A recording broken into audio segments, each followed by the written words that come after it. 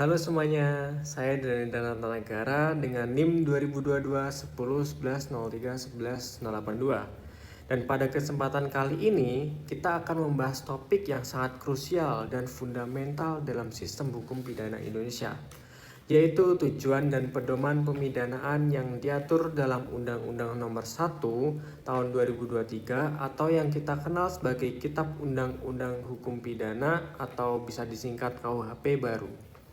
Mengapa ini penting? Karena pemidanaan adalah inti dari hukum pidana. Selama ini, Indonesia menggunakan KUHP peninggalan kolonial yang cenderung berorientasi pada pembalasan atau retributif. Dualisme tindak pidana dan pertanggungjawaban pidana. KUHP yang saat ini berlaku atau KUHP yang zaman kolonial itu tidak mengatur konsep yang jelas mengenai definisi dari tindak pidana dan juga definisi dari pertanggungjawaban pidana. Keadaan ini kerap memicu perdebatan dan perbedaan pandangan dalam praktik menegakkan hukum pidana di Indonesia.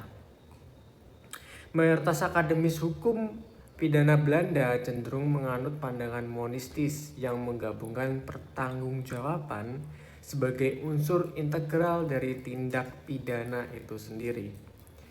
Dengan demikian, dalam kerangka tindak pidana, konsep pertanggungjawaban telah dianggap tercakup.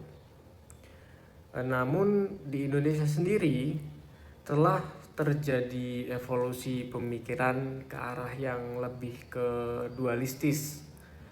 Pandangan ini mengajukan pemisahan fundamental antara konsep tindak pidana dengan juga pertanggungjawaban pidana, yang dimana suatu kerangka yang dianggap lebih selaras dengan cara berpikir masyarakat orang Indonesia. Konsep dualistis ini tampaknya menjadi salah satu fondasi utama dalam proses pembaruan KUHP, terefleksi jelas dalam penamaan bab 2 atau buku ke-1 yang berbunyi tindak pidana dan pertanggungjawaban pidana.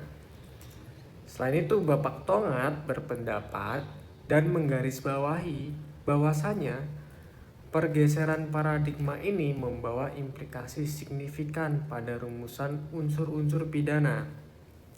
Dalam pandangan monistis, unsur-unsur tindak pidana ini mencakup 1. Perbuatan manusia, 2. Adanya ancaman pidana, dan yang ketiga perbuatan yang bersifat melawan hukum, dan juga selanjutnya keempat dilakukan dengan adanya kesalahan, dan juga yang terakhir serta kemampuan untuk bertanggung jawab. Sebaliknya, dalam pandangan dualistis, unsur-unsur tindak pidana terbatas pada adanya perbuatan manusia, kedua pemenuhan rumusan yang tercantum dalam undang-undang, dan yang terakhir sifat perbuatan yang melawan hukum. Selanjutnya, Kurnia Dewi Anggraini berpendapat bahwasanya konsekuensi dari hal ini adalah peran hakim yang menjadi lebih dominan dalam penentuan bentuk kesalahan tindak pidana. Penyidik dan penuntut umum oleh karena itu harus fokus pada pembuktian actus reus atau perbuatan fisik dalam suatu tindak pidana tanpa perlu memperhatikan aspek kesalahan pelaku, yang berarti mereka hanya berkonsentrasi pada unsur deliknya saja. Namun, KUHP baru yang berlaku efektif tahun 2026 nanti membawa perubahan paradigma yang sangat besar. Ia menggeser fokus dari sekedar membalas dendam menjadi sebuah sistem keadilan yang lebih modern, humanis, dan berorientasi pada penyelesaian masalah. Sebelum masuk ke pasal-pasal spesifik, perlu kita pahami bahwa KUHP baru ini berlandaskan pada 3 pilar utama. Yang pertama, keadilan korektif atau bisa dibilang perbaikan atau pembinaan. Yang kedua, keadilan restoratif atau pemulihan. Dan yang terakhir adalah keadilan rehabilitatif atau pemulihan kondisi pelaku. Ini adalah perubahan besar yang tercermin jelas dalam rumusan tujuan dan pedoman pemidanaan. Dalam KUHP lama, tujuan pemidanaan tidak dirumuskan secara eksplisit, sehingga cenderung menimbulkan interpretasi tunggal sebagai pembalasan.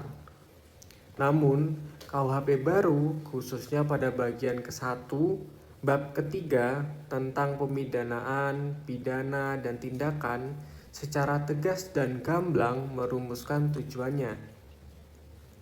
Ini adalah upaya untuk menghindari disparitas putusan yang terlalu jauh, memastikan pidana yang dijatuhkan benar-benar berdaya guna, dan yang paling penting menjadikan hukum pidana sebagai ultimum remedium atau jalan terakhir yang efektif.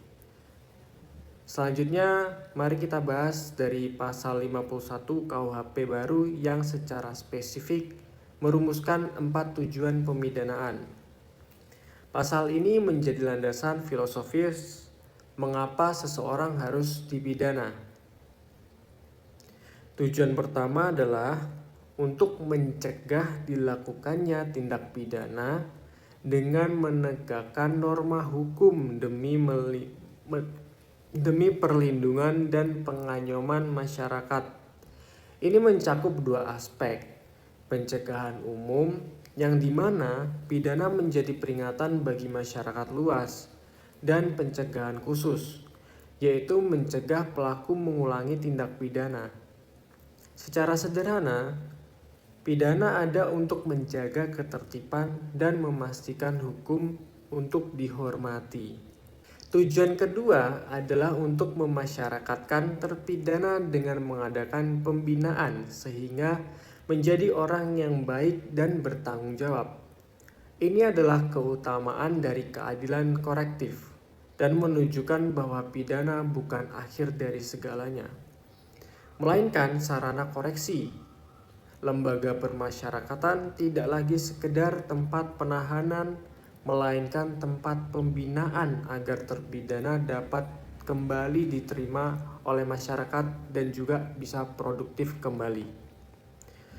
Tujuan ketiga adalah untuk menyelesaikan konflik yang ditimbulkan oleh tindak pidana, memulihkan keseimbangan, dan menumbuhkan kedamaian dalam masyarakat. Ini sejalan dengan keadilan restoratif. Dalam kasus-kasus tertentu, pemidanaan harus mampu menjawab kebutuhan korban dan masyarakat, bukan hanya menghukum pelaku, misalnya melalui ganti rugi atau kerja sosial yang bermanfaat bagi komunitas. Tujuan keempat adalah untuk menumbuhkan rasa penyesalan pada terpidana dan menumbuhkan rasa pemaafan pada korban. Aspek psikologis dan moral ini sering terabaikan juga. Pidana yang ideal harus mampu menyentuh hati nurani pelaku dan sekaligus memberikan ruang bagi korban untuk memaafkan. Sebuah proses yang esensial untuk pemulihan psikologis kedua belah pihak. Setelah mengetahui tujuannya, sekarang kita beralih ke pertimbangan wajib dalam pemidanaan yang ada pada pasal 54 KUHP baru tentang pedoman pemidanaan. Mari kita lihat pada pasal 54 ayat 1 poin A yang memiliki faktor objektif mencakup bentuk, sifat, dan berat tindak pidana dan keadaan korban atau dampak kerugian yang ditimbulkan.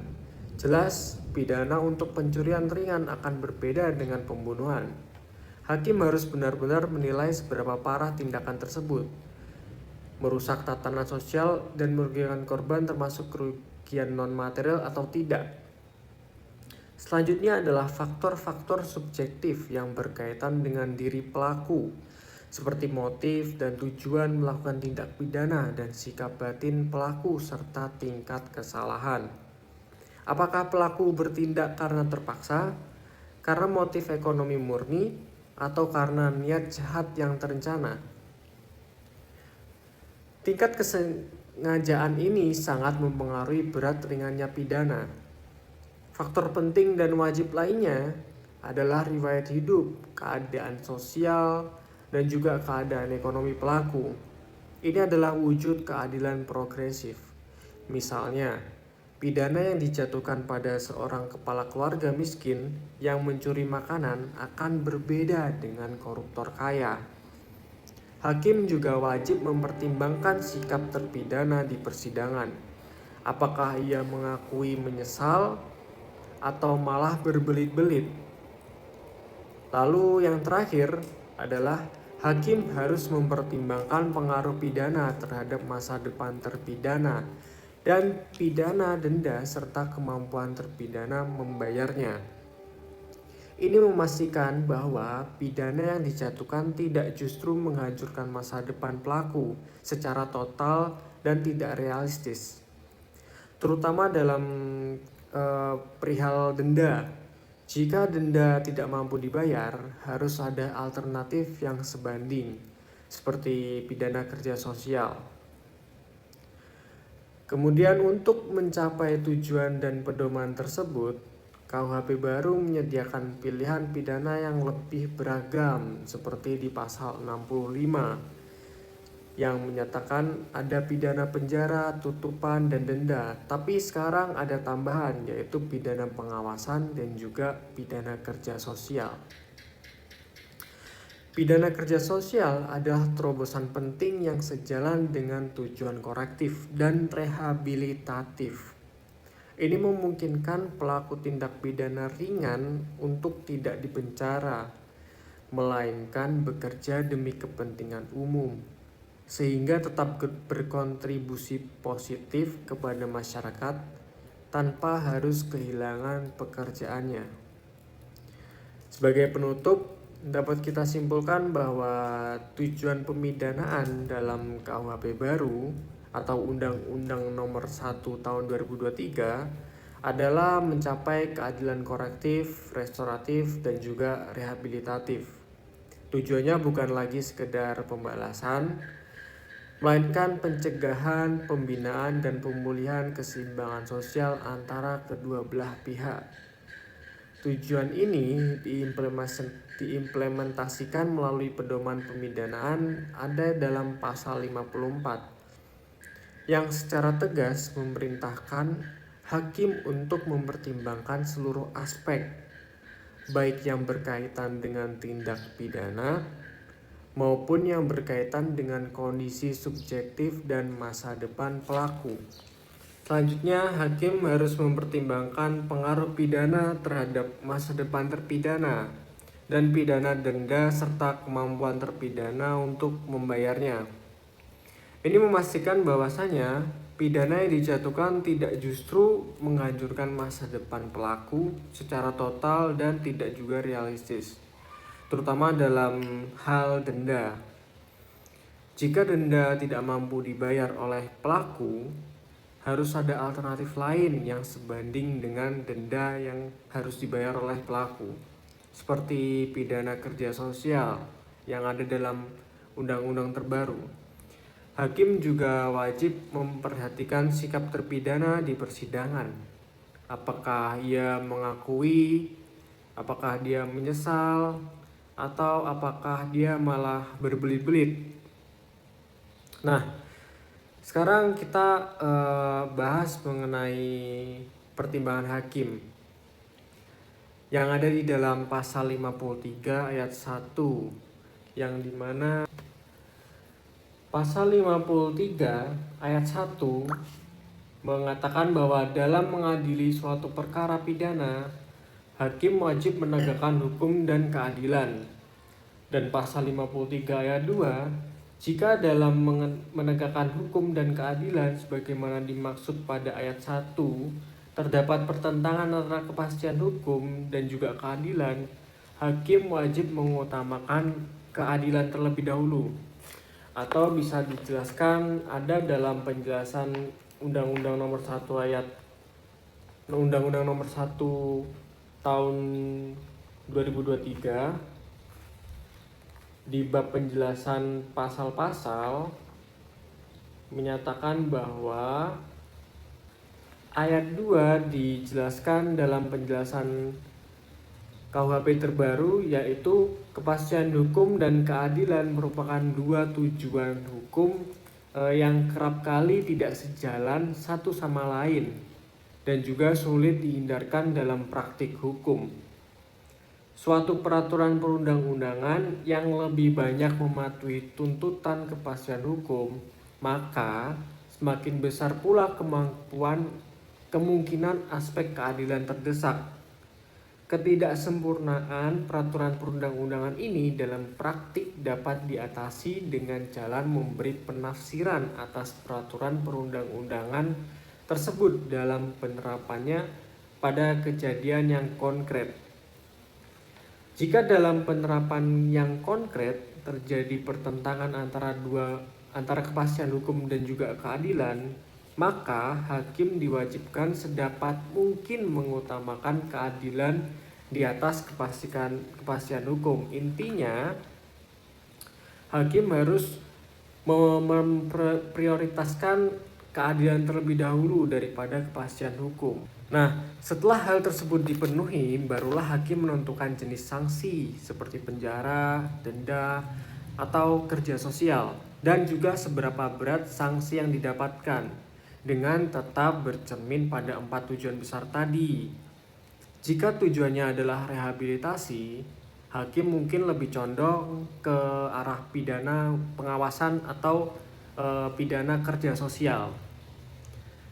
Kemudian selain itu, ada juga pasal-pasal yang mengatur secara spesifik bagaimana hakim mengelola diskresi. Seperti pada pasal 58 berbicara tentang hal-hal yang memberatkan.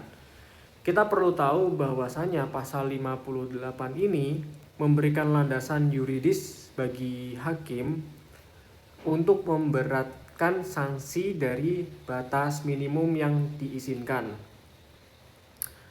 Jadi dalam pasal 58 menyebutkan bahwa hal-hal yang memberatkan itu antara lain, pertama, pelaku adalah pejabat publik yang menyalahgunakan kewenangan, misalnya pada kasus korupsi yang dilakukan kepala daerah. Nah, itu bakal menjadi hal yang memberatkan tindak pidana tersebut atau hukuman atau sanksi yang didapatkan pelaku. Dan yang kedua, penggunaan bendera kebangsaan, lagu kebangsaan, atau juga lambang negara Indonesia pada waktu melakukan tindak pidana itu juga dapat memberatkan. Dan yang terakhir atau yang ketiga, tindak pidana dilakukan dengan terencana ataupun berulang. Nah, karena hal ini menunjukkan niat jahat yang konsisten, yang terus-terusan. Maka dari itu, agar memberikan efek jera kepada pelaku, hal tersebut dapat memberatkan sanksi pidana pelaku. Sedikit tambahan agar semua hal yang kita bahas tercapai dari tujuan dan pedoman tersebut. KUHP baru menyediakan pilihan pidana yang lebih beragam, ada di pasal 65 KUHP baru. Selain pidana penjara, tutupan, dan denda, kini ada pidana pengawasan dan pidana kerja sosial. Yang dimana pidana kerja sosial adalah terobosan penting yang sejalan dengan tujuan korektif dan rehabilitatif. Yang dimana ini memungkinkan pelaku tindak pidana ringan untuk tidak dipenjara, melainkan bekerja demi kepentingan umum, sehingga tetap berkontribusi positif kepada masyarakat tanpa harus kehilangan pekerjaannya. Dan yang kedua yang baru ada pidana pengawasan, yang dimana sanksi non penjara yang dijatuhkan hakim khususnya untuk tindak pidana ringan bertujuan untuk mencapai rehabilitasi dan koreksi tanpa harus mencabut kebebasan terpidana sepenuhnya. Terpidana wajib menjalani masa pengawasan di luar lembaga permasyarakatan yang dimana berada di bawah bimbingan Balai Permasyarakatan atau biasa disingkat BAPAS, di mana ia harus mematuhi syarat umum seperti tidak mengulangi kejahatan serta syarat khusus yang ditetapkan oleh hakim, misalnya ganti rugi ataupun pembinaan. Dengan demikian bahwa bisa dikatakan jenis pidana baru berupa pidana pengawasan dan pidana kerja sosial merupakan pengganti dari pidana mati dan pidana kurungan yang ada pada pasal 10 KUHP lama atau KUHP yang sebelum diganti. Sekian dan terima kasih sudah menonton. Semoga pembahasan ini memberikan pemahaman yang komprehensif bagi kalian. Sampai jumpa. Assalamualaikum warahmatullahi wabarakatuh. Ciao.